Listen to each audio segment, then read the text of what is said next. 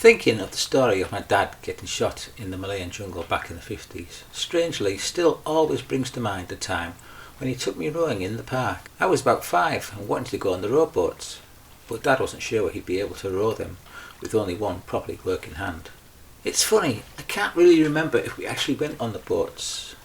I can just remember how uncertain he was and how strange it was to see him so self-conscious. How it happened was a worn story told repeatedly in our house. Me and my brothers would listen in awe and excitement until the 100th time. Then it would be a roll of the eyes and Dad's going on about Malaya again. Eventually he'd tell my daughters about it to their excitement and eventual boredom.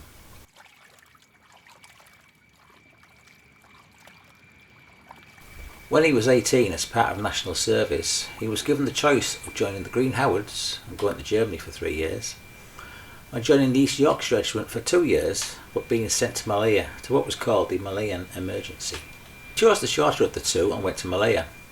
In reality, I may not be here today if he had joined the Howards, who were eventually sent to Korea, which was a far bigger war with mass casualties.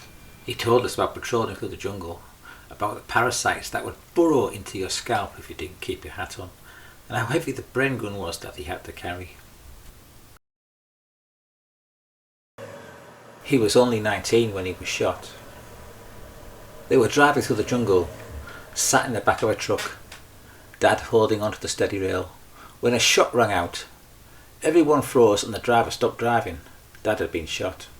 Shot in the hand that had been holding onto the rail. With the truck at a standstill, his mates were frantically looking around trying to find the sniper. Dad was screaming at them, "Get out of here!" He knew they were a sitting duck, and anyway the sniper was probably long gone, disappeared into the jungle. He said that he thought they were probably shooting at the driver and missed. He always seemed to find it funny that he was the platoon medic and had to tell his mates how to treat his wound. Probably funnier in hindsight. He was in hospital for a long time after that.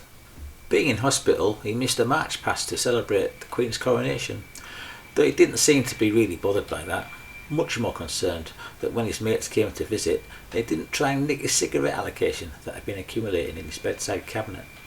He needed a lot of skin grafts, and they never got all the bullet out.